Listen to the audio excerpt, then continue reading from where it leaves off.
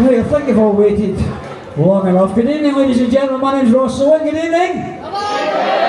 You can do a wee bit better than that. Come on. Good evening, ladies and gentlemen.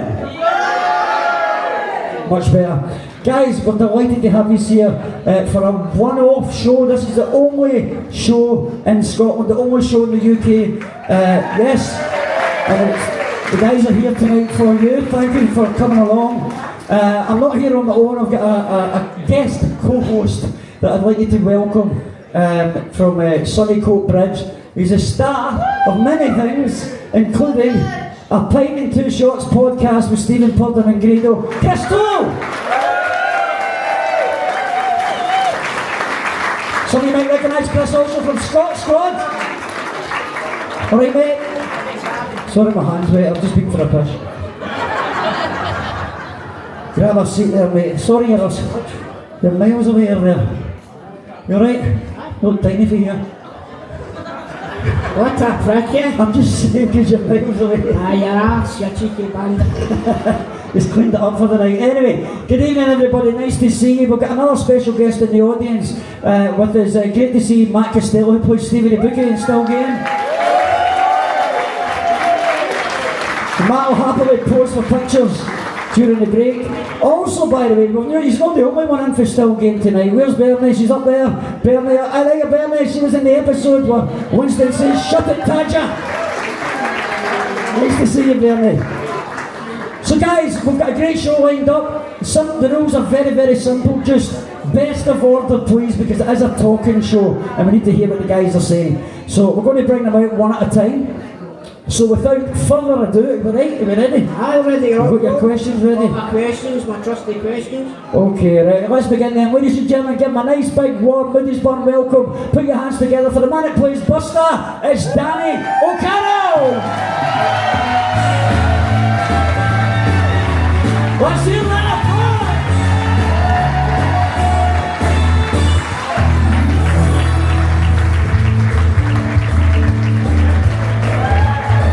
Ladies and gentlemen, Danny O'Carroll!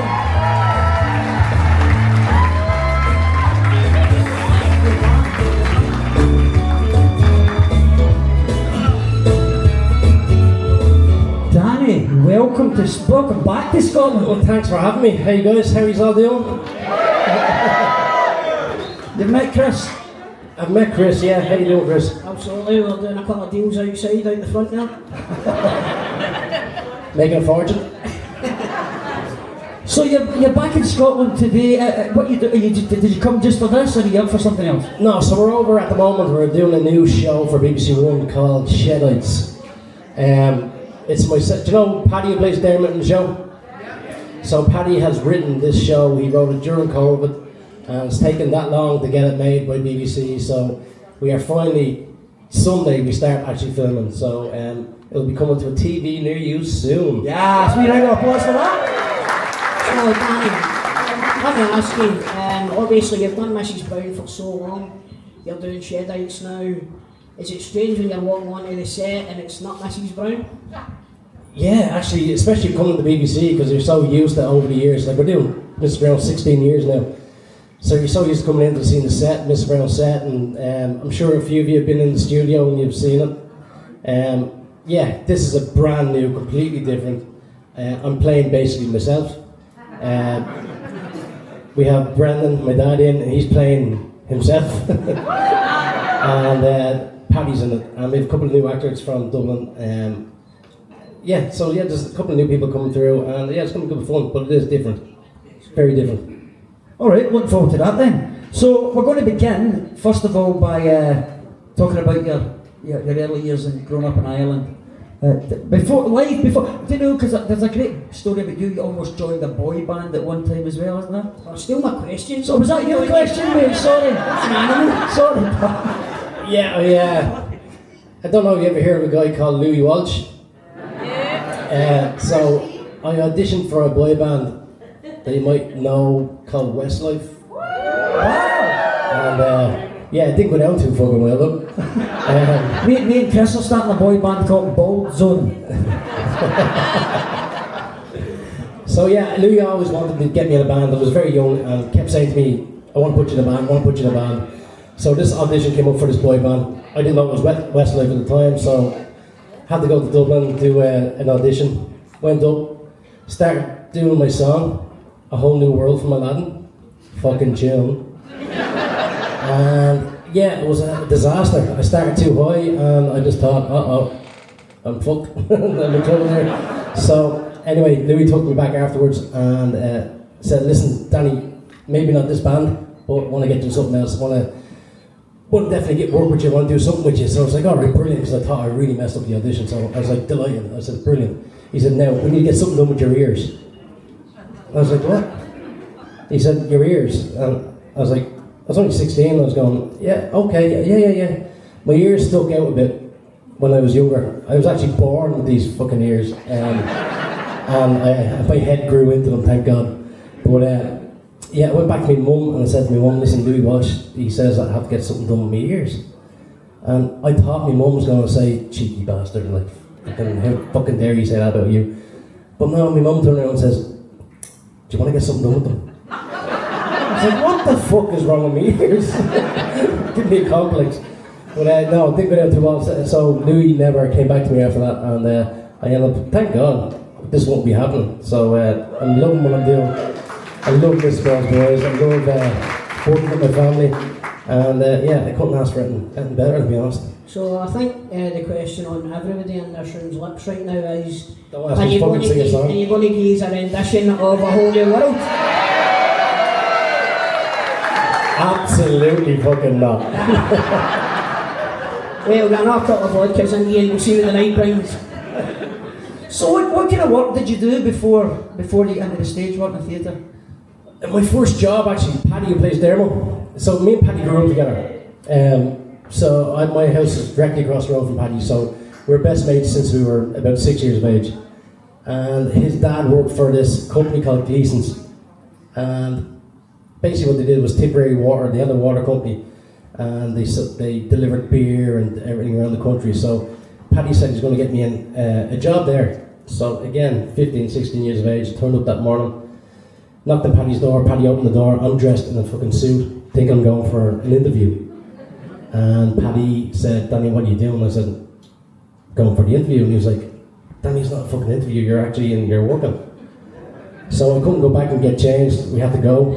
So I ended up in a bottle bank at the back of a fucking warehouse in a suit, sorting out empty glass bottles and stacking them up on crates. And yeah, Paddy gets a great giggle out of it when we talk about it. So that's where I started with Paddy, and me and Paddy have just been together ever since. Everything, we started DJing together when we were kids, doing all these clubs, and yeah, we had a ball. We just did everything. Me and Paddy just did everything together, and we still are. This new show, Paddy's at the writing, we're still going. That's great. I actually wish he was here tonight. He would love this. So you mentioned earlier that you were getting into, did you get into drama at a young age? Were you interested in that? And you had mentioned previously as well that you had been bullied at a young age as well. Did that come hand in hand, or was that? Well, I wouldn't say I was bullied. Like I wouldn't have. Jeez, we're going to get really down here, aren't we? No, I wasn't bullied. But I grew up with a famous dad. Everybody knows Gibney and O'Carroll. And Dad was a massive stand-up comic when I was a kid, and I grew up with that. So there was people on the road. We lived in a bit of a posh estate, and I would have got the type of vibe from the parents of the guys I was hanging out with that didn't want their kid hanging out with me because of my dad's vulgar on stage. He says fuck. So I would have got that bit, but I wouldn't call it bullying. But it was just they looked down on us a little bit. Kind of segregated because of your dad's fame, sort of thing. But he's the only guy that I think could manage to get Catholic housewives onto a bus to go to the Pavilion in Glasgow when an absolute filth that came out of his mouth. Dad as an actor he's just phenomenal. I'm doing pantomime for the first time this year, and I'm playing. Oh no, you're not! Oh fucking I am. And I thought I was going down to play Buttons, the stupid character. I just thought that's what they give me. And no, I got down there and they said I'm playing the Dame. So I'm following my dad's footsteps, putting on the dress. But I can put on a dress and I can do the whole blah blah blah, but Dad does it to a T where you don't know if it's actually a man. He's that good at it. So That's the thing, we were actually, me and your dad were outside earlier on, and I was standing next to your dad, and there was a woman, and she's like that, so, where's Mrs. Brown? listen, I tell you, see, I was here at the Pavilion Theatre years ago. Right, I didn't have a fucking heart, but we came out after the show, and there's a man there with flowers waiting for Mrs. Brown to come out to ask her out on a date. And I didn't know how to fuck. I wasn't going to tell him. Like, you could break his fucking heart if you told him he was a man. So, yeah, you do get times where people just. That's how good Dad is. Like, he plays it so fucking good. But as a dad, I know he's up there listening to me, but he's just. That'd be like. I don't even know. That'd be like a unicorn. They just don't exist. But I have one, and nobody else does. He's that special. Wow. Me getting all emotional on stage here. But yeah, Dad's always been the best dad ever, and won't be the first time I fucking hear that, trust me. Actually, we've watched interviews with your dad where he says the same thing, how close you are as a family. It's like my wife saying that he's adopted. But another thing that Dad had mentioned was when you first started on the show, all you guys were made to learn backstage stuff before you got to the front. Yeah, so I started acting, as you asked me when I started acting. I started acting at 12, if you've seen a movie called Angela's Ashes. So that was my first ever feature movie, and then Dad wrote a movie, Sparrow's Trap. I was in that. I started getting little bits here and there, Veronica Gear and all them type of movies, all them Irish movies. So I started when I was 12, and that's when I started acting. So I was brought up through it. Came on to, I was about 16. I left school. I asked Dad, I begged Dad, can I leave school? Because school just was not working out for me. I just wasn't going to fucking school. I just wanted to go out, I earned money. I was acting since 12, I was earning some money and I just wanted to go working. Dad was touring with a show, Mrs. Brown, who nobody knew at the time, and I begged him if he'd let me come on the road. And eventually he just gave in and said, yeah, but he said, Danny, you're not going on stage, you're too young to go on stage, so you need to learn everybody else's job before you get on stage. So I had to sweep the stage basically, learn how to do the lights, do the sound, build up the sets. So I did that for about 3 years, and I eventually got a walk-on part as a plumber. I don't know, remember a plumber used to come onto the stage, and he eventually let me on after 3 years. So yeah, that's where I started, and I never left them. So, obviously, yourself and a lot of people from the show do a lot of charity work as well. Is there any specific charities that you really hold close to your heart that you benefit from? There's no close one. Like I do a lot of stuff for Peter House, which is a suicide prevention charity. I do Marie Keaton Foundation, which is a breast cancer foundation charity. Like we don't have any particular charity that we keep close. We never came up with a charity ourselves. We just try to help as many charities as we possibly can. So when we do events, like I'd hold an event in Donegal and sell the place out, and whatever we raise on the night gets split between a few charities. It wouldn't be just one big charity. And it works out so well. I think if you just try and do your best for whatever you can, for whoever you can. But I got that from Dad. Dad's the most generous. And Jenny. Both of them are just so, like what the money they give every Christmas to St. Vincent de Paul at home. Like $250,000 every year. And they give vouchers for people to go into those stores at home so they get the experience buying their Christmas dinner and their turkey and their ham and their wine or whatever else they want to get, and they hand over a voucher and they get the whole experience of the Christmas shopping. And yeah, they're so good. Jenny and Dad are just like, we talk charity, it's Brendan and Jenny comes to mind immediately. And not to underplay your own role in charity work, this man does an incredible amount of charity work as well. So we round of applause for the three of the guys, for Brendan, Jennifer and Danny, for all their hard work. And all the good causes, several good causes. Danny, the show has gone on from just it's just got bigger and bigger and bigger and bigger. How did you deal with the fame? Was it difficult for you, or did you? No, I think. What fame? No, growing up with Dad, I think Dad was a big celebrity, so I sort of watched him throughout my youth and seeing how he handled it. Like Dad and Jenny, if I got too big for my boots, they would be the first people to give me a slap and knock me down. So they sort of keep you grounded. But like I don't think any of us would class ourselves as celebrities. I don't know. We just really enjoy what we're doing. We love the reaction to people when we come up. It's actually like we're shocked every time people come up and ask for pictures, or even Sophie that flew from London today. You blew me away. Where's Sophie? Sophie, there she is. You've come from London especially for tonight. Wow, give her a wee round of applause, Sophie at the front there.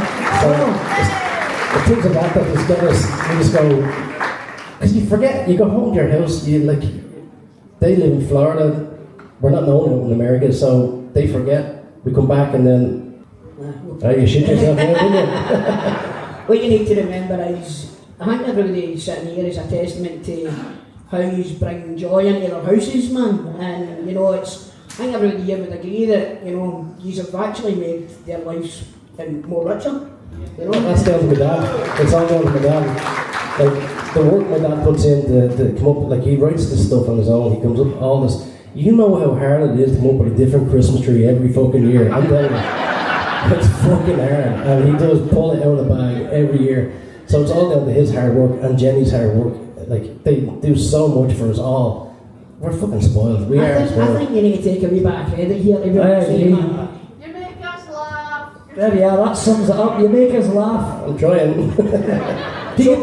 Sorry, carry on, Chris. So you told us that you're a bit of a songster, you like to chip away to Louis Walsh and stuff like that, but I heard you're a bit of a dancer as well.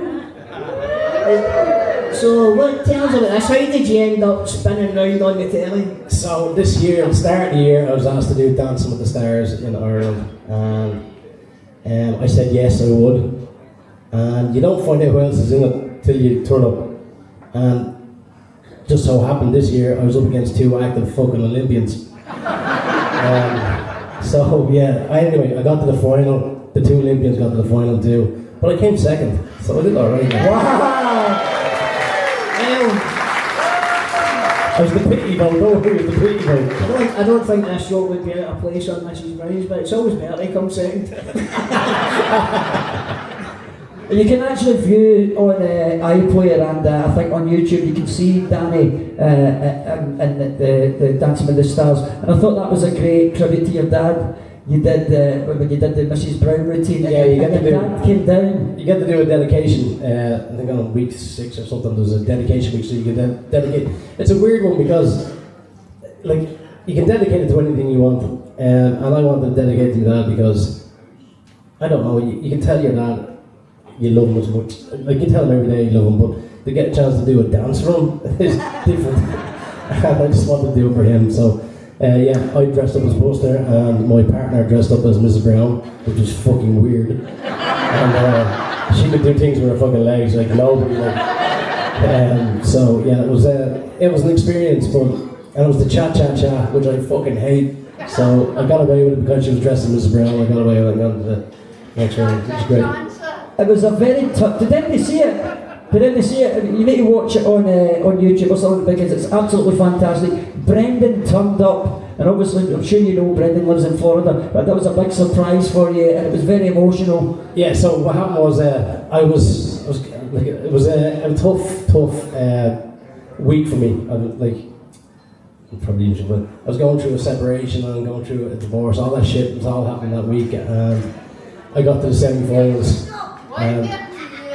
I got to the semi-finals in the dancing show, and I was there for the dress rehearsal the day before the live show, and I heard somebody clapping behind me, and I turned around, and my dad had flown back from America to surprise me.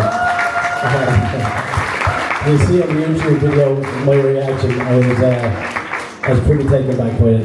If there was ever a week I needed a hug from my dad, it was that week. So yeah, he's a gem. Well done. Congratulations on your success with Dancing with the Stars. Jennifer did Strictly Come Dancing. We're just about to speak to Jennifer, but before we do, what's next for you? Apart from, we know you're filming the... Well, Shedites is on now, so that's going to be on TV, hopefully December. We're talking about Christmas, around Christmas time. And then I'm into Panto after that. My first time doing Panto, so I'm doing that in December. And then I start my own radio show in Donegal on the 5th of January, the first Monday of the new year. What's the Panto you're doing? Good fucking question.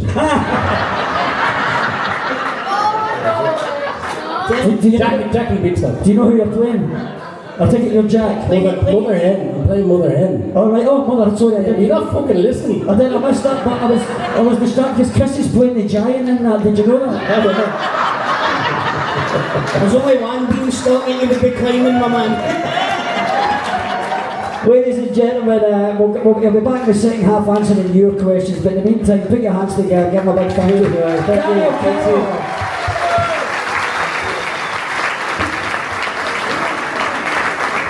Keep the applause going, everybody. Danny O'Carroll!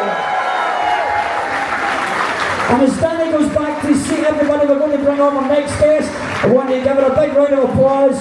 She plays Kathy and Mrs. Brown. Put your hands together for Jennifer Gibney.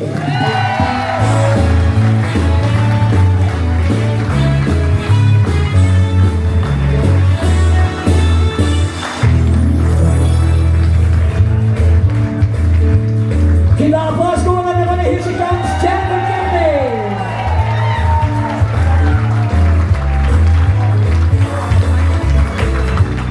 Jennifer Gibney, everybody.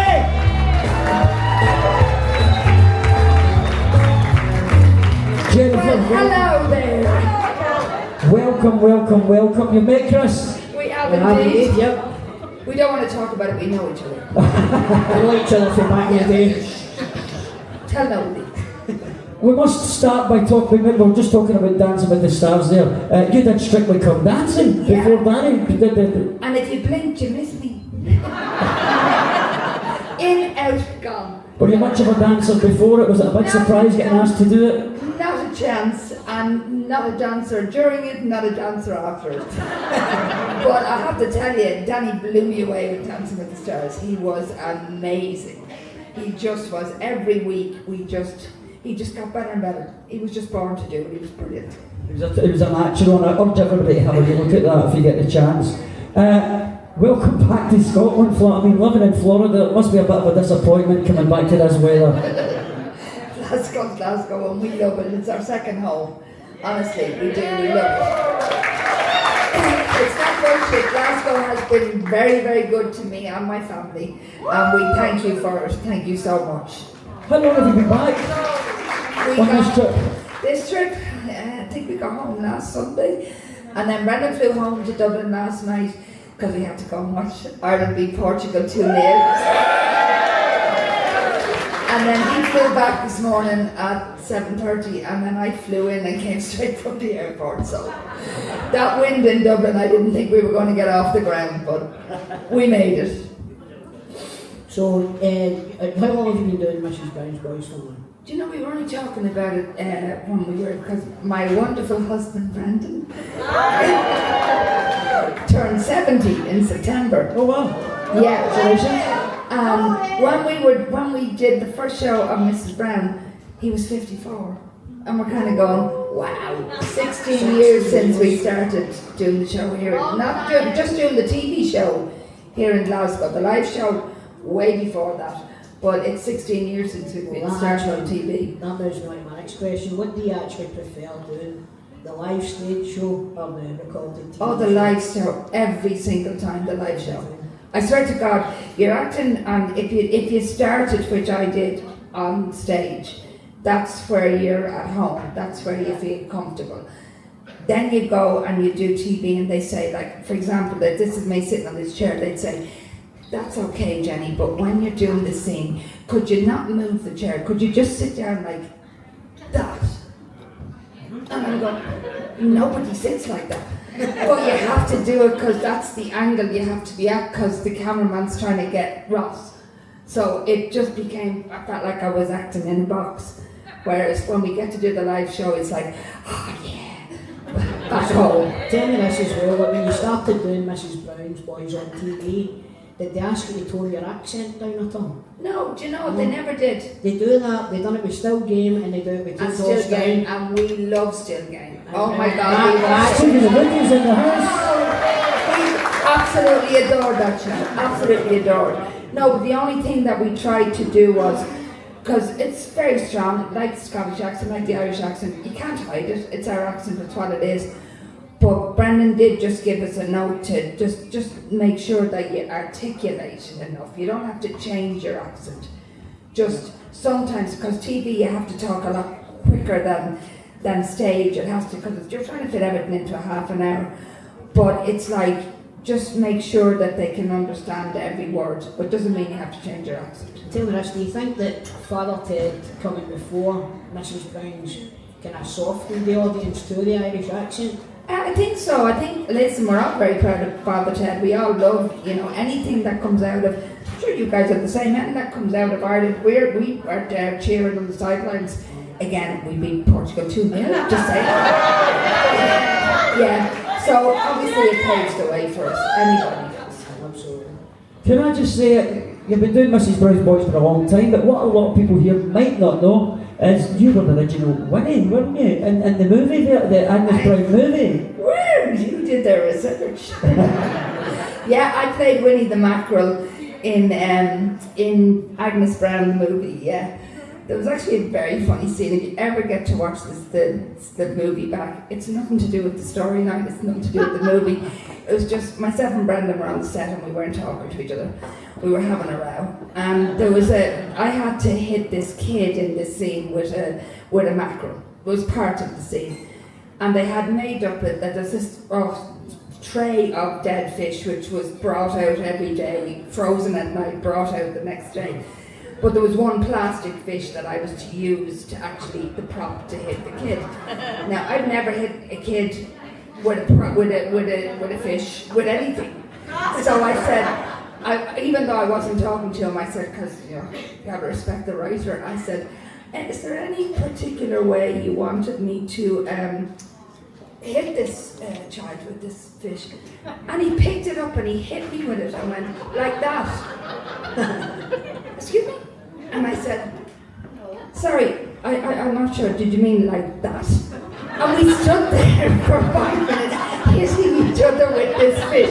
The entire cast and crew were going, oh Jesus Christ. And the poor kid, when it came to the scene, he got such a wallop. I had to go over to him afterwards and go, I'm so sorry. I didn't mean to hit you that hard. But yeah, 5 minutes of hitting each other with a fish in the face. It's a love story. That's fine. That's what Ross and I were doing backstage before the show started. So you learned your trade at the Oscar Theatre School? The Dublin Oscar Theatre School, yeah. What's your memories of those days? Well, the thing is, I started when I was working in Bank of Ireland. I got involved with the Amateur Drama Society there. Amateur drama is a brilliant place to be involved in, and I loved it, and I realised that this is what I want to do, this is really what I want to do. But I'm only in my 20s, I'm working in the bank and I'm going, well, I can't leave and go to drama school. And the Dublin Oscar Theatre School, to their credit, recognised that, and they did an intensive weekend course for 2 years that you could qualify the same as somebody who was able to attend it full time, which is what I did for 2 years to get it, and learned so much about it, and loved every second of it. Yeah. Fantastic. So, once you had obviously finished your acting school and stuff like that, who were the main influences that you had watched throughout your life that gave you the inspiration to go on to become an actress? Well, that's a really good question. There's not anybody in particular, and it's not that I was watching people and going, oh, this is what I want to do, I want to be like that person, I want to follow that person. I was a kid who was in school, and I didn't understand why. First of all, I think it's ridiculous that you have to decide what you want to do for the rest of your life when you're 16, 17 years of age. It's stupid. because none of us in this room are on plan A. It's not the way it works, but you had to decide at that age, what are you going to do for the rest of your life? And I had no idea, I didn't know what I wanted to do. And then I had people in my class who were saying, well, yeah, I'm doing the Leaving Cert, and if I get this many points, I'm going to do the law, and if I get this many points, I'm going to be a doctor. And I'm going, but what you want to be, like, why are you letting the points you get in the Leaving Cert dictate the career that you're going to do for the rest of your life? And I could never find that thing, so I'm just going ahead doing it. And it was when I was in the bank, and it was a social thing, and somebody it was a very small branch I worked in, and they said, why don't you get involved in the drama club? And I thought, no, and I swear to God, it was a one-act play was the first thing I did, and the very, very first night I stood on stage, I thought, this is why I never knew what I wanted to do, because it was this. Well, you know what, it's just, you should do it, makes it happen. Yeah, and that's what it found me. I didn't look for it, it found me. Which is a great segue to the day you made Brendan very happy. Well, I'm sure you made Brendan happy on a few occasions, but the day he proposed, tell us about, because I watched an interview when you spoke about that. It just was a mess. It was a mess. God love him. He decided, we love Florida, we live there, it's our home, it's where our two little beautiful doggies are at the moment. But then Aer Lingus was having their inaugural flight, the very first time they were flying direct from Dublin to Orlando. So he thought, bingo, this is when I'm going to propose. I'm going to propose on the flight, you know, in the middle of the flight, when we're at a certain altitude, because he's into aviation. But I had been on the very first flight that they did from LA to Dublin, and they'd given everybody a pen to say, just in a memory of, you were on the first flight that went from California, or from Dublin to California. So when we got on the plane, first of all, I didn't realise, obviously, that he was going to propose. So he's up in the galley and he's given the ring to the stewardess, so it's going to be put on the tray and it's going to be on. And all I'm saying is, oh, go up there and talk to everybody while I put the cases up overhead, why don't you? So I'm already annoyed at him. So he came back, did you meet all your friends? Yes, sit down.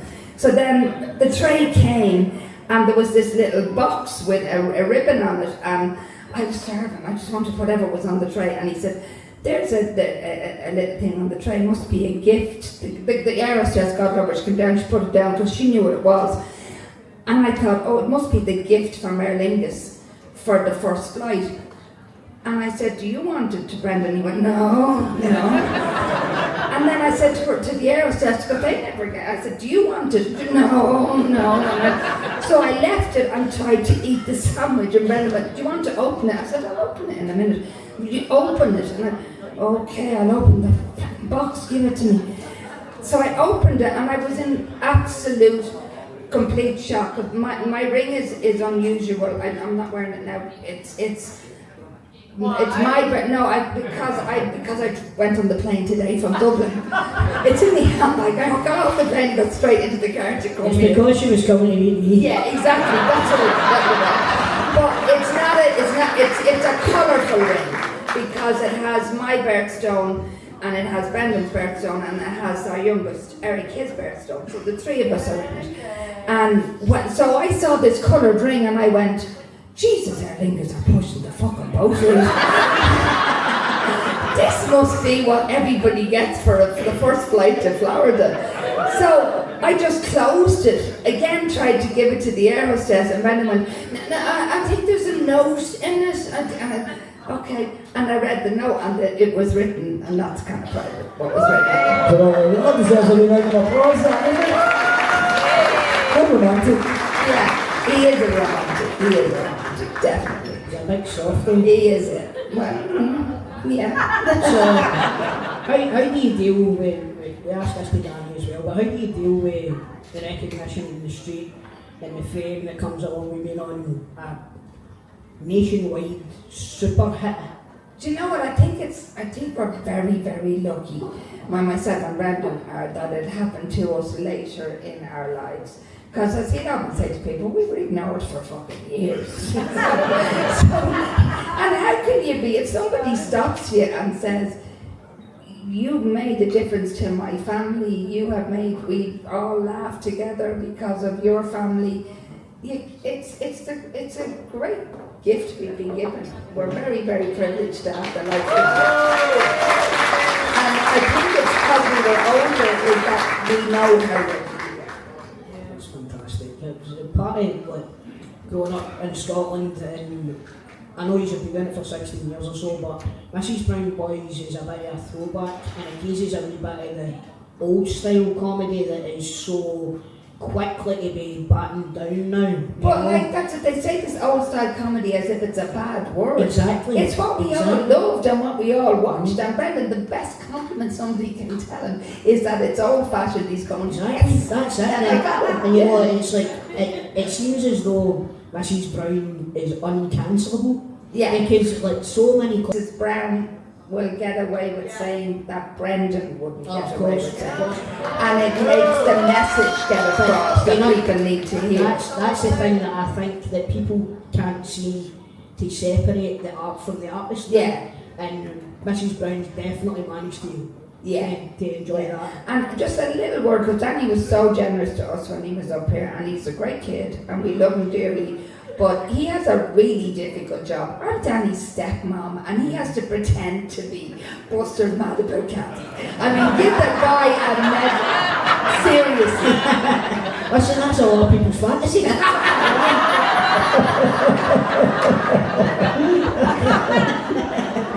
Just to finish up this segment, all right to Mrs.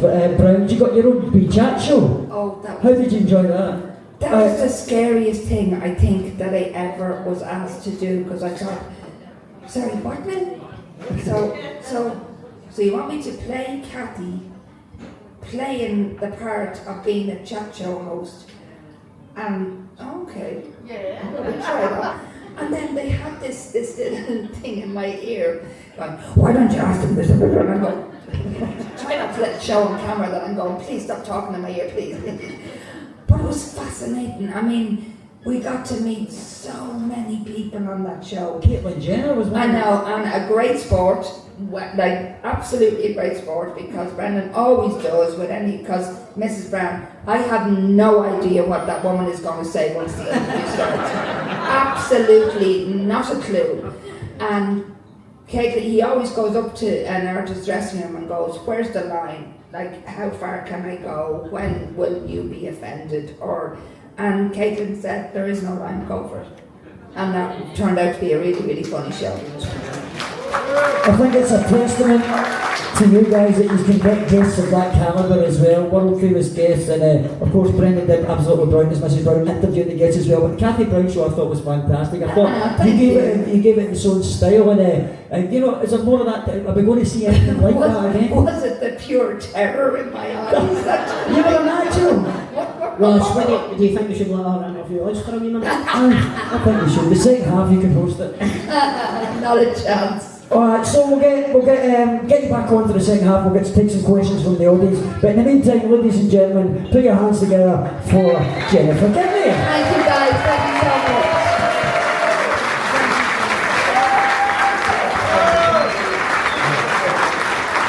Jennifer Gibney, everybody. Thank you, Jennifer. Right, that's everything that we've got for tonight, ladies and gentlemen. Thanks for coming, guys. Thanks for coming. One more. We get time for one more? We get time for one more. We get time for one more, everybody. Okay, so I want you all to do me another favour. Danny O'Carroll and Jennifer Gibney, give them a wee round of applause. Both of them fantastic guests. I just want to check because I've seen Tom jump up a couple of times. Can everybody hear okay at the back? Because we can turn that speaker up at the back if we need. Roscoe, can I get a wee bottle of water? Can we get a bottle of water and a can of Coke behind the bar, please, when you get a wee chance? And a bottle of vodka, please, as well. Okay, guys, without further ado, we're going to get our third and final guest on. Then we'll have a wee half-hour break, and after the break, we'll get all three of the actors on, and you can ask your questions. Okay? So, without further ado, Chris. Yes. You can introduce the next guest. I'm introducing the famous Mr. Brendan O'Carroll.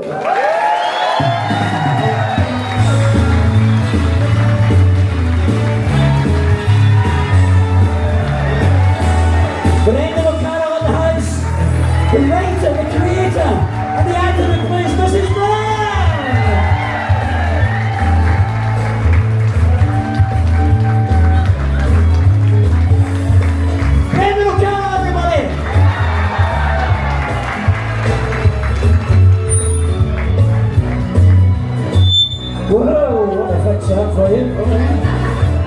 There we go. Can you hear okay? There's always fucking one, isn't there? Brendan, I'd say welcome back to Scotland, but it's like your second home now, isn't it? Yeah, it is. I've spent more time in Scotland over the last 15 years than I've spent in Ireland. And I have to say, it's fucking freezing. I was signing autographs outside the pavilion one night, and so I'm signing the autograph. It's starting to snow.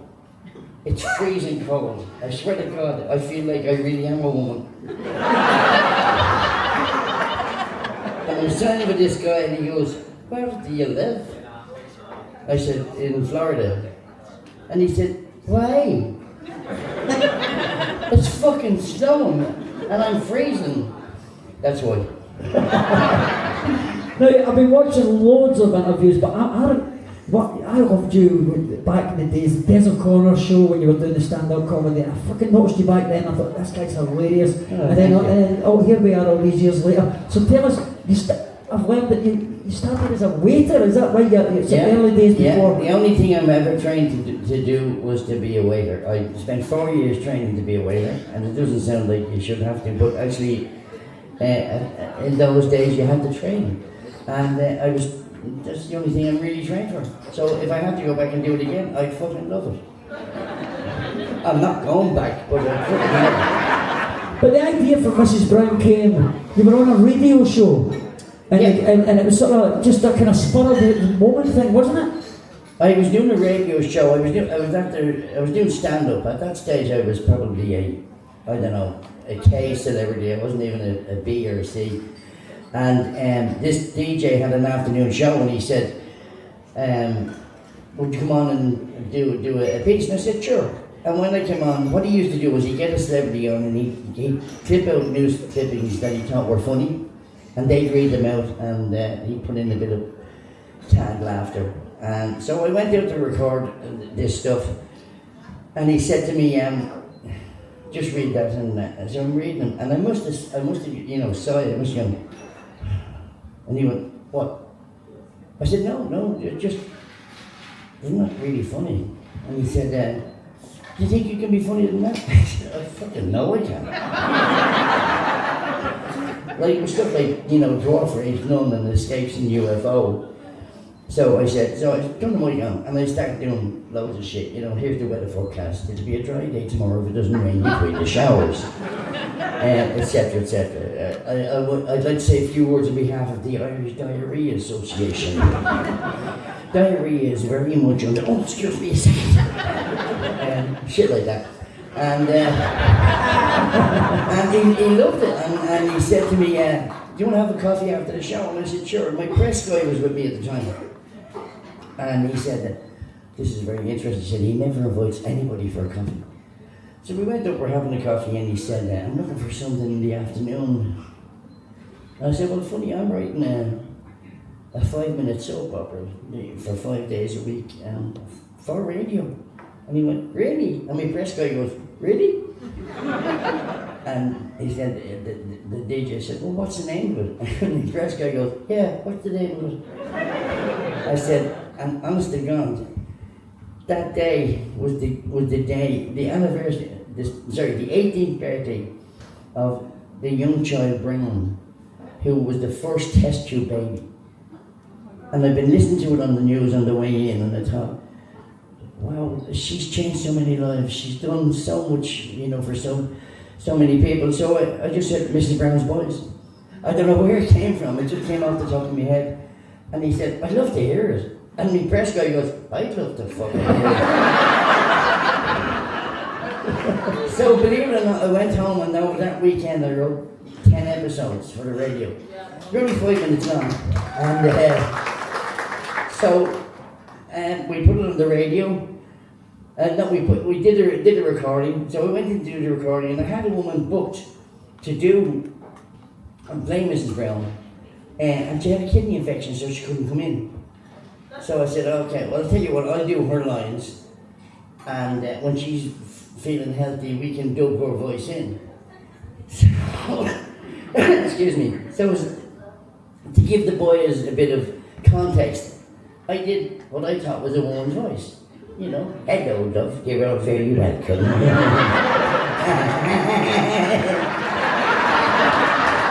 And there's no phrase on needed. So I did it all with that.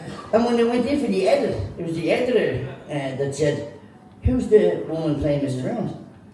I said, "John, fuck off, that's me." He said, "No way." I said, "Yeah, it's me." He said, you've got to keep doing it yourself. You have to keep doing it. So I did it for the next 400 episodes on radio.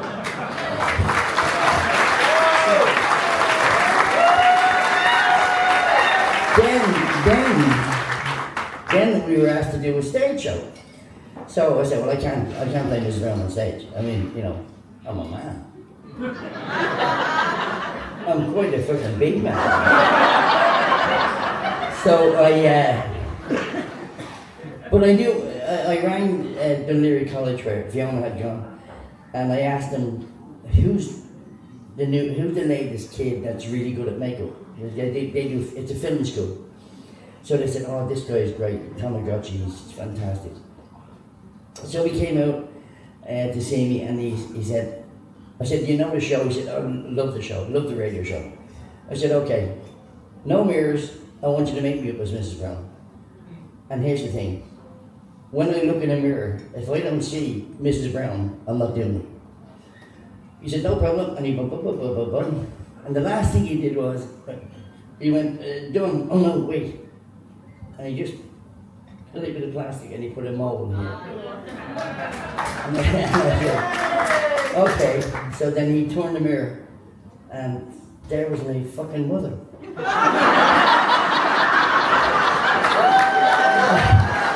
I nearly passed out. So it's been an amazing journey. So you know, it's all completely by accident. That's incredible, isn't it? To think what Mrs. Brown is today, how it started. So you went from the stage show, and I believe you made a phone call to Ian Gordon.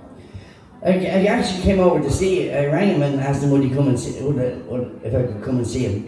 Ian Gordon being the guy who ran the pavilion. The Pavilion Theatre, yeah. So I flew over to see him, and went into his office, and I said, listen, I said, I've written this show, Mrs. Brown's Boys. The first show was called The Last Wedding. And I said, I'm telling you, if we put it on here, you'll do 100 grand at the box office. And he said, if I had a penny for every fucking idiot that came in that door and told me I was going to have 100 grand box office. So anyway, I convinced him that we would. Well, it wasn't that easy because about 3 days before we were due to open, he rang me and said to me, this is a fucking disaster. I said, there's 40 tickets gone to the opening night. I said, do me a favour, I said, whatever businesses are in the area, hairdressers, barbers, whatever, comp out the show. Give everybody complimentary tickets, I said, just for the first 2 nights. So we opened on a Tuesday night, and it was about 350 there. Opened on went in the next night, about another 400. And then all of a sudden, on the Friday, he rang me. He said, and just I needed to say, I closed the box office today. We took in 100 grand.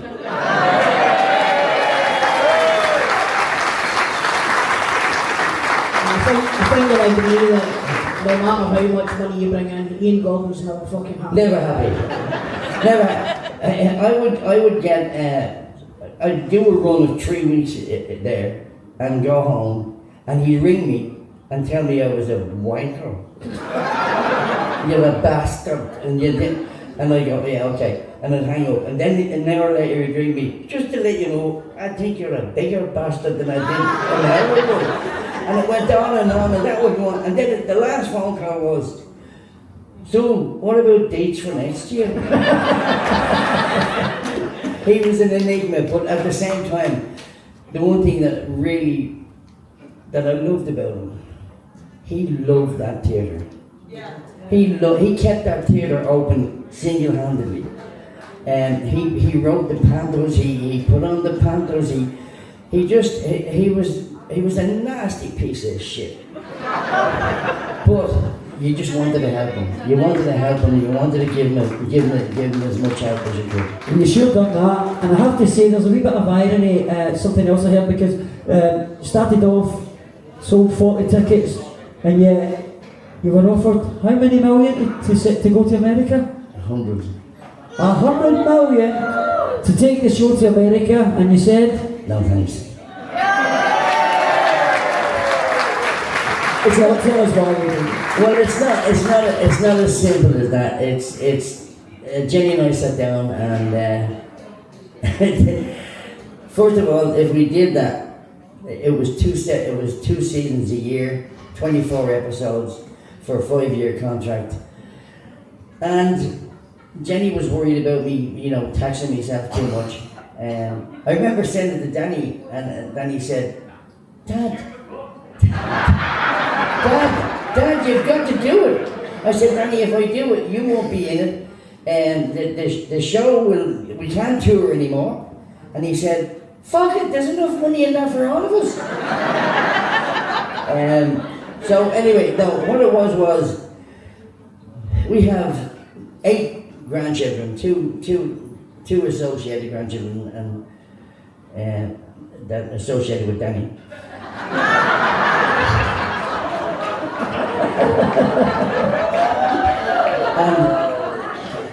I don't know, a lot of the people here would understand what I'm saying here. If you're a parent and you think you love your kids, wait till you have fucking grandkids. Because it's a whole different ball game, and you could not love anybody more than you love your grandkids. They are just, so I love my grandkids. I would have meant 5 years away from the grandkids. Our eldest grandchild, Jamie, I think was 12 at the time. He would have been 17. And I just thought, no, fuck it. Do you know what? Enough is enough. Yes.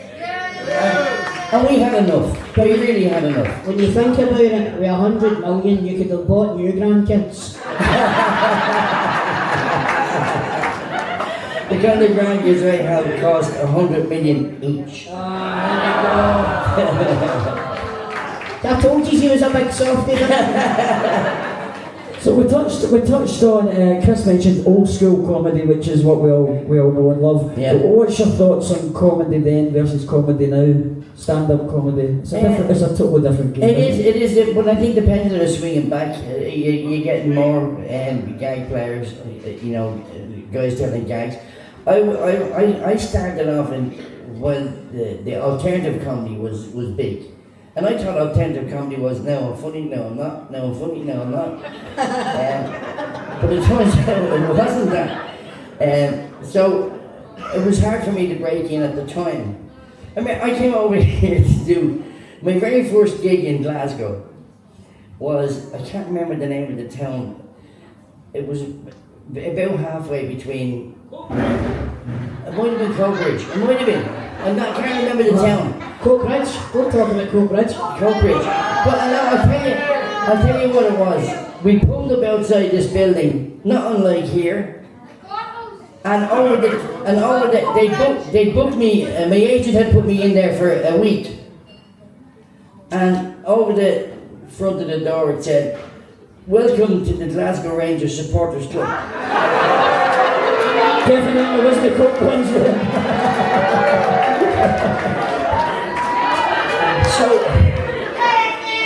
So after I shit myself, I thought, well, fuck you, I'm getting paid. So we went in and we started setting up the gear, and I couldn't go on until after the bingo was finished. So I went on, and I remember 2 guys standing side stage, pissed, drunk, staring at me. And one of them said to the other, I don't understand. Maybe it's the accent. And the other one said, no, I understand every word. He's just not fucking funny. So I opened and closed on that night. They turned up in their droves, and you know. We love you. I love you. Thank you. I just think you're all right.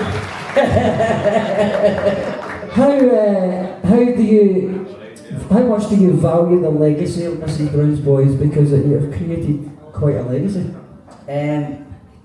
Fuck it. No. But the reason I asked that is because I was when Mike Tyson fought that Jake Paul guy and he got beat, and I thought, why throw all that away? Are you protective of the legacy? No, not really. I'm not. You know, this is going to sound terrible. It's just a job. It's just what I do for a living, and You make people laugh. that's what I love to do. Honestly, I can't tell you the feeling that these guys know, but the feeling when you're on the stage and you know what's coming next. The audience don't know, and you know what's coming, and you just leave a little beat before the punchline, and every face in the place is fucking looking at you, and it's just. And you then hit that punchline and they all laugh. Magic. It's magic. It is magic. And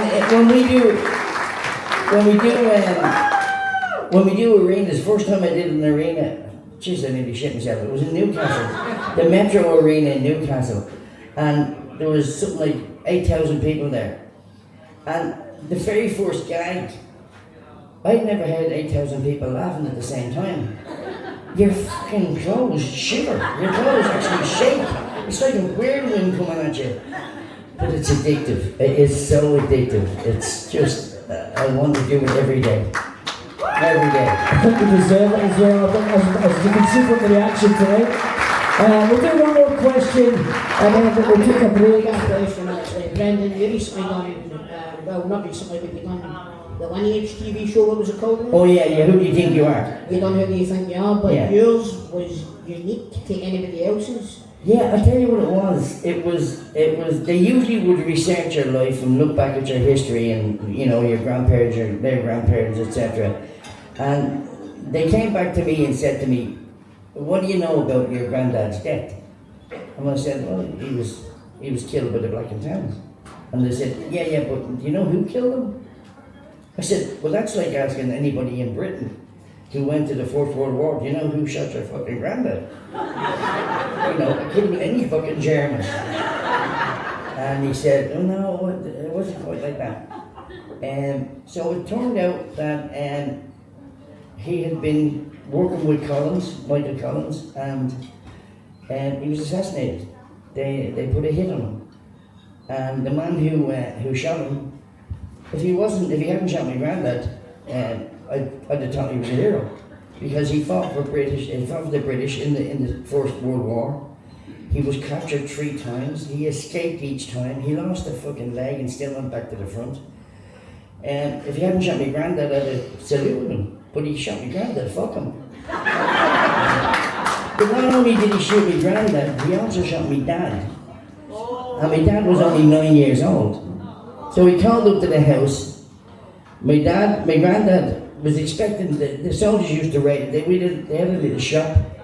So the soldiers used to raid all the time, and they'd go in and have themselves Mars bars or cigarettes or whatever the fuck, and pretending they were searching the place. And he was, so he came down and he had his boots in his hand, and my dad had heard the door knock as well, and he was only 9, and came down with him and held his dad's hand, and they shot my granddad twice and shot him. What they thought was through the heart, but actually was only through the shoulder. And the ironic thing and the really weird thing is, there was a curfew on in Dublin at the time, so even though there was gunshots, nobody came out of their houses. They were terrified to come out of their houses. So he's lying half in, half out of the house, dead. My dad is lying beside him, not dead. A journalist who was coming home that night, he worked for the Irish Free Press, and he had a pass for the curfew, and saw my dad, still had a pulse, carried him around the corner, which thank God again, there was a hospital around the corner from where we lived, carried him around the corner and stayed with him until such time he was out of surgery and they removed the bullet and he had come back a little bit conscious. And he went home that day, and he's telling his kids, he got home just in time for his kids to go to school. And his kids were up having their breakfast, and he's telling his kids what happened that night. And his eldest daughter, Maureen, went on to become my mother. And the boy in the hospital was my dad. And weird, fucking weird. Wow, that was just, that's an incredible story. I must add that they knew the guy, and so they showed me a photograph. This is the guy who shot your granddad. And I went, oh my God, and he was there. So I'm thinking, he must have family still alive. I don't want them being embarrassed by this fucking program. So I said, does he have any relatives alive? And they went, oh no, you can't fucking shoot them. I fuck no. I said, no, I don't want to fucking shoot them. Out for revenge. Ladies and gentlemen, Brendan, you've appeared on numerous chat shows over the years. Graham Norton, Des O'Connor, all the best ones. We're delighted that you're sitting here with us Delighted to be here. tonight. Thank you very much. We'll get you back on in the second half for more questions. Ladies and gentlemen, Brendan O'Carroll! See you in a few minutes.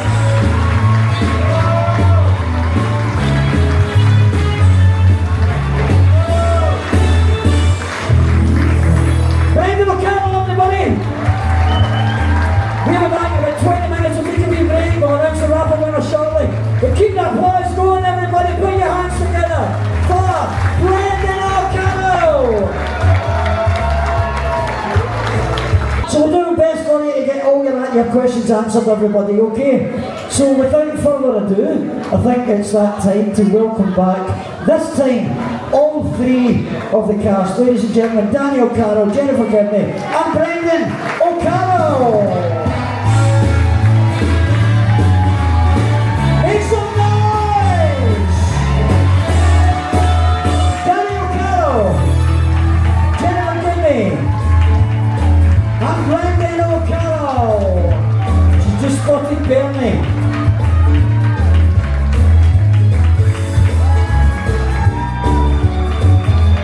And first to make it to the stage is Danny. Welcome back, Danny. Danny got one to speak to Bernie.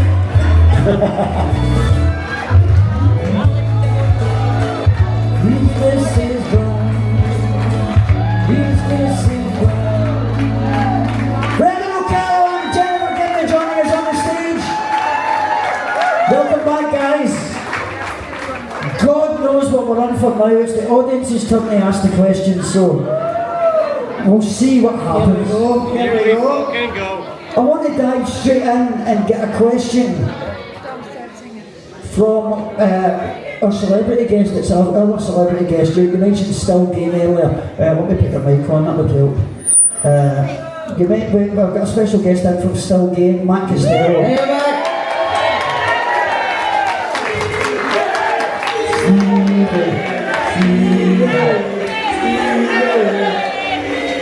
want to get it right, a wee bit, don't elongate the vowel. Steve. A wee bit too quick, aren't you? Stevie.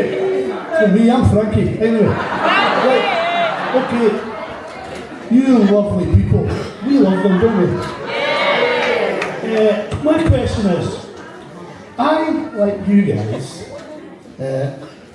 experienced the hydro. And when we played the hydro, it was a fucking shambles some nights because there was big trouble in the audience. One time I ran off stage and a guy in the front row, never seen him again, he's probably deep now, he tried to grab me and he says, "You fucking bastards." He did. And I thought, He hadn't even seen Still Game either, hadn't you? Were you shaking his wife? I think he lost to the bookies. I think he lost to the bookies. But he was taking my character, and I thought, oh my God, this is scary. So I told everybody. But that night, there was a rammy when we were on stage, up quite high. And there was we kind of looked, as you know, when you kind of look, you see a bit with the lights, some bit. But there was a bit there, and a guy came flying over a couple of people because a guy punched him.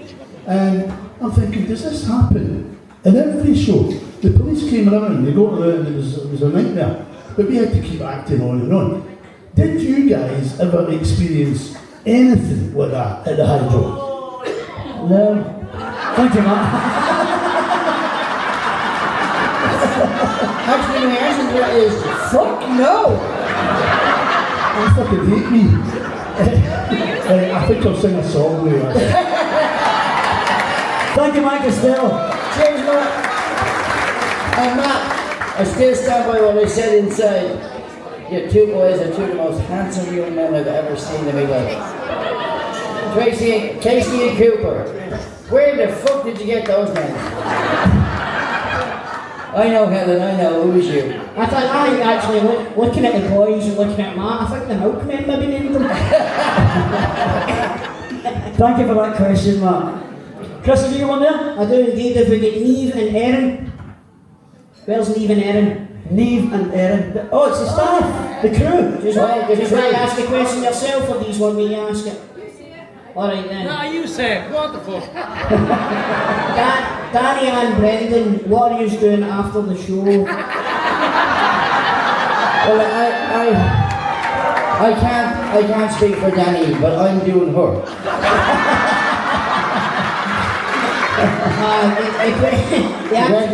The actual question was, have you enjoyed tonight? And we have absolutely loved meeting you guys. Well, I can, again, only speak for myself, and I had a ball. It's very rare since our days in the pavilion that we get to meet the people. You know, we do TV and it's broadcast in your home. We don't see your reaction to it. We don't know whether you like it or not. So to have a night like this, and this is the first one we've ever done, to have a night like this,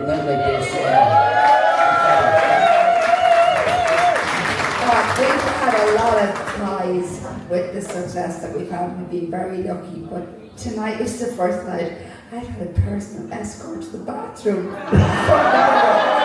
thank you, Neve. Thank you, Erin. You made me feel like a star. Well, tonight is the first night I've had an escort to the bathroom too. Thank you, Neve. Thank you, Erin. No, it's been honestly, guys, thank you all. It's been a great night. As Dad said, we've never done this before, so getting the feeling and seeing you guys all reacting to us has been beautiful. It's been lovely. Thank you so much. Okay. We also should, because you guys are here, we should thank the bar staff and all the staff here who have done a fantastic job tonight. Thank you so much. Thank you, guys. Yeah, a big thank you to everybody here at the club, and also to the girls and Sammy on the spotlight, and to Tom and all the crew as well tonight. Thanks to everybody for coming on, making this possible. And we'd like to say thank you to Coatbridge Deli as well for putting on your cakes and stuff. Oh yeah. Is that the wee bellies? Listen, I said earlier on backstage, I said, have you seen their The wee players? bellies. Their players are a bit of length in my arm, and Danny said, that wouldn't be fucking hard, would it? I just want to say a quick, very, very quick announcement for Bernie Hunter. Bernie down there. Hiya, Bernie. Bernie, thank God the pregnancy test came back negative, okay? Bernie's a big celebrity here in Scotland now after an appearance in Still Game. Nice to see you, Bernie. Okay, question for Danny from Peter Rooney in the front row over there. I'm not giving him a microphone because he swears like a trooper. Do you have a favourite scene or episode from the TV series? Now can I just jump in with my favourite one was the waxing. I was there, I was at that recording, and that was brilliant. Danny, what was yours, Danny? The waxing scene is yeah, it is iconic. It's always going to be funny. It's always going to be there on YouTube for everybody to watch for years. But my own personal favourite show would be a Christmas episode that we did, the Nativity Play, where Mrs. Brown was playing the Virgin Mary. And if you guys haven't seen it, it's definitely one you have to come and watch. No, it's a cracker. That's probably my favourite one. And if the Catholic Church weren't pissed off before. Yeah, they're definitely pissed off now. Jennifer, do you have a favourite scene or episode from the series? I have to tell you, it was when Buster proposed. That was one of my favourites. Because he does it, we rehearse it, we go through it, and then when the cameras are rolling, the tears appear in his eyes, and he makes me want to cry. So That was the hardest fucking bit of acting I've ever had to do in my life.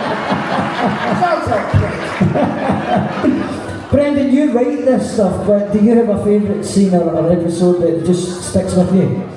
That down well? I nearly said something rude there. Where did they get this out in between Jenny's legs? You know, my favourite episode actually was the very, very first episode we did on BBC TV. Dad, I wasn't in that one. My favourite episode that was, and probably because we'd come to the BBC as we are. The BBC said, okay, we want to make a TV series, but we want you can't say this, you can't say that, you can't say the other, you can't say that. And I said, no, fuck off. And the reason I did it was quite simple. I didn't want people to come and see the live show based on a clean version of the BBC show and be at the live show going, holy fuck.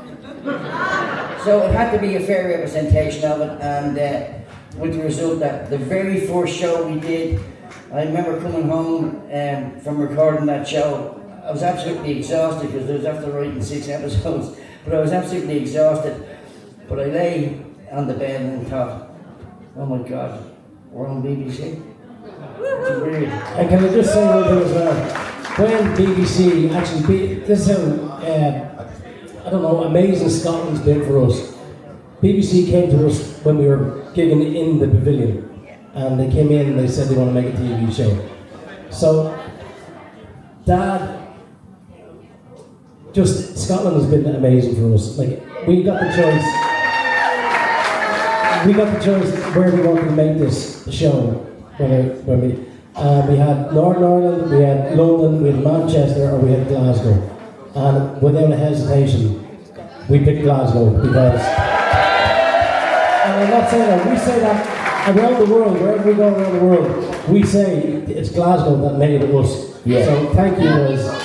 Can I tell you something about that? Can I tell you a little secret about that? Nobody knows this. Nobody fucking knows this. I will tell you. I will tell you. You sound like a girl who comes too quickly. I will tell you. Many years ago, and I'm going back maybe 40 years ago, just because I had nothing else, I was in London and a meeting I was supposed to have was cancelled, and I ended up going to this woman who was, I suppose, I don't know what you call her, but she, what was she? No, not prostitute, no, she's destitute, she was. No, she was in touch with the other side. And so I thought for the crack, I'll go, just for a joke. And I always remember a few things about that. Number one, she said something to me that came through literally that night and shocked me. And the other thing was, she said to me, I see somebody with a microphone. At the time I was working as a fucking barman. She said, I see somebody with a microphone in a studio, oh, it's you. And I said, no, it's not me. I've got friends who record. No, it's you. I said, no, it's not me. I had no intention of going into this business. And she said, oh yeah, it is you. I want you to remember something. Remember this is important. Remember Glasgow. Keep in mind, always remember Glasgow. And I swear to God, the very first time we played Mrs. Brown in the UK was in the Pavilion in Glasgow. The BBC saw the show for the first time in the Pavilion in Glasgow. Every good thing that's happened to us has happened in Glasgow. I can't thank you enough.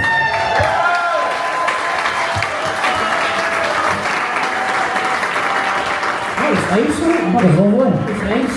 Scotland, the brave and the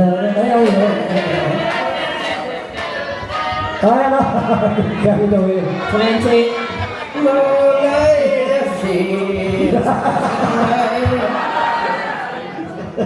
Well, there's a uniform. I've got one funnily enough from Irish pub in Coatbridge now called Slanger. I've got Slanger too. That must be the guesty section. Like, what? Jennifer, this is for you actually. What did you ever see in Brendan? Does it say the word ever in there, or does it say... How long have you got? How long have you got? Is that what you asked him? He has the biggest heart of anybody that I've ever met. Family is everything to him. He has just. He's home like a dog. No. He has.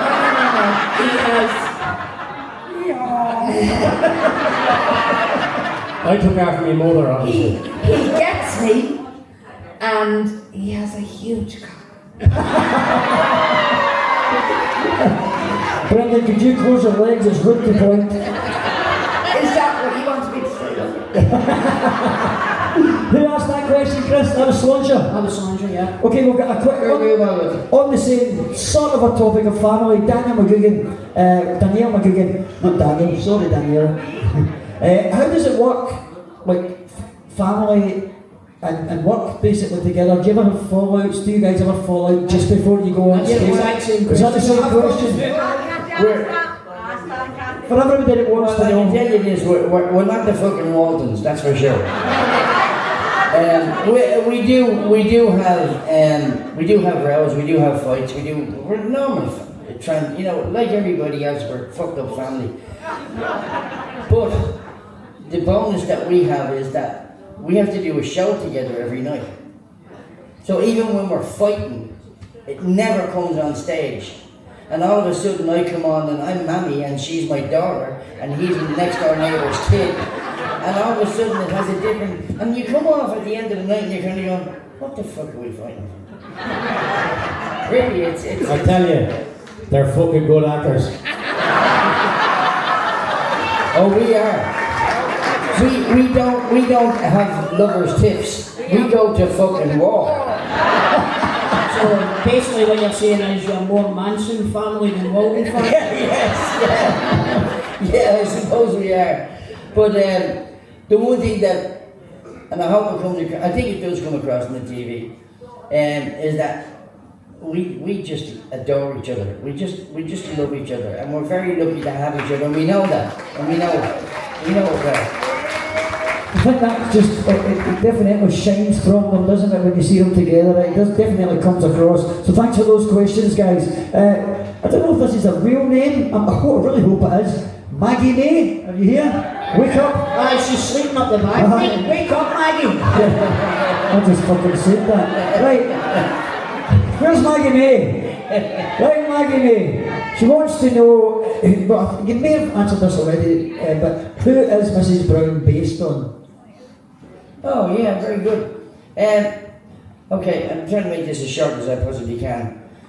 My mother was a member of Parliament in Ireland, and when she retired from politics, I was about 11 or 12, and she retired from politics. My father died, and she retired. And she, instead of spending money on us, because we had fuck all, she bought 2 big houses on the North Circular Road in Dublin and knocked them in together and opened a home for battered women and their children. So born there, and it's a Market Street, all run by women. All the stalls are run by women. And I used to run errands for the women, and they'd give me a sixpence here, a threepence there, or whatever, and I'd run errands for them. And an amalgamation of all of those women is Mrs. Brown. She's a stallholder in Moore Street, and she absolutely loves her kids. even though sometimes she treats them like shit. But she absolutely loves them. She's the kind of mother that would be disappointed if you murdered somebody, but she'd help you bury the body. And so that's who she's based on. She's based on those women. Thanks for that question. Hope that answers it, Chris. I've got a question from Joanna. Where's Joanna? Joanna, where are you? Come on, give me hope, Joanna. Oh, he's good, isn't he? He's good. Where is she? Joanna, where are you? Joanna's not been enjoying the show, she's away up the road. I think it's a woman lying up the back up there. What's the question? She's lying next to Maggie. I'll ask you a question anyway. It's for all threes actually. What's your favourite place in Donegal? Very specific question. I know it is very specific. Where our two grandsons are, Jamie and Blake. They live in Donegal. That's my favourite place in Donegal. Well, I live in Donegal, so I love fucking Donegal. This is my home. But my favourite place would probably be a place called Downings in Donegal. That's that's where I live though. Anyway, Is that a pub? no, it's a place, it's a nice place. It's a lovely It's like a beach. No, that's lovely, it's gorgeous. My favourite place in Donegal would be, from my childhood memories, because we took a caravan there many, many times, would be Bundorden. And we would go there for the summer. All the scumbags go there, it's great. You watch your fucking mouth, sir. How dare you call my mother a scumbag? But we would go there, and I just absolutely love the place. So Bundorden is my favourite place. Thank you for asking. Thank you for that question. Great question. But my favourite place is the hills of Donegal. There's a wee song for you. He's just a wee bigot, isn't he? Is it Graham Hill or Mrs. Hill that you like best? Jennifer, we have a question for you from John McGoldrick. Wee John. Bloopers and corpsing are a big part of the show. Are all the ad-libs scripted, or does Brendan genuinely throw you guys off with the unscripted lines? They're not scripted, and anyone who thinks they're scripted, we go out there and we go, oh please help me. I'll tell you, honest to God, this is the honest to God truth. When we did the live show, and the scene where we have the council scene where Agnes starts talking about the badges. That never happened, it wasn't in the script. He just decided one night on stage that he was going to try and fuck me up. So he thought it would be funny, because that's the joy he gets out of it, is trying to make us laugh. And I have to try really, really hard, because if I go, I'm gone. But he introduced that scene about the badges one night, and the scene that was about 2 or 3, 4 minutes long was 10 minutes long by the time it was finished. And because it worked, we kept it in. So we repeated it, but originally it happened because he just decided he wanted to have a laugh. But everything that happens at BBC is not scripted. So we would see things in the script. I don't even call it a fucking script now, it's a fucking guideline now at this stage.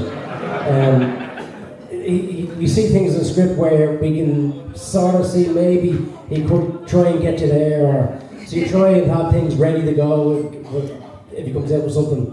And usually that's just to fuck you off, he comes out with something else down the road. But nothing is scripted, and it's great fun, it keeps us on our toes. On the very first read-through of the very first episode, and the BBC executives were sitting in, and one of them said, "Sorry, Brendan, could I ask you, who's Bob?" I said, "Sorry? Bob, he's in the script, but he has no lines." And I went, "Can you show me, please?" So he went and said, "There, look." And what it was I'd written Bob, B-O-B, but that's where I put a bit of business. I said, "Oh no," I said, "that's just a bit of business." And he went, "Oh, right, what is that?" I said, "Well, like a bit of business, if Mrs. Brown's in the kitchen and the front door rings, between the front door and the kitchen, there'll be a bit of business." And he said, "Oh, right. What does that mean?" I said, "I don't know when the fucking doorbell rings." And he goes, "Oh, So we won't know either. I said, no. So what they did was, we had 6 cameras in the studio. They brought in a 7th camera, and that 7th camera is on Mrs. Brown all the fucking time. Just in case she does something.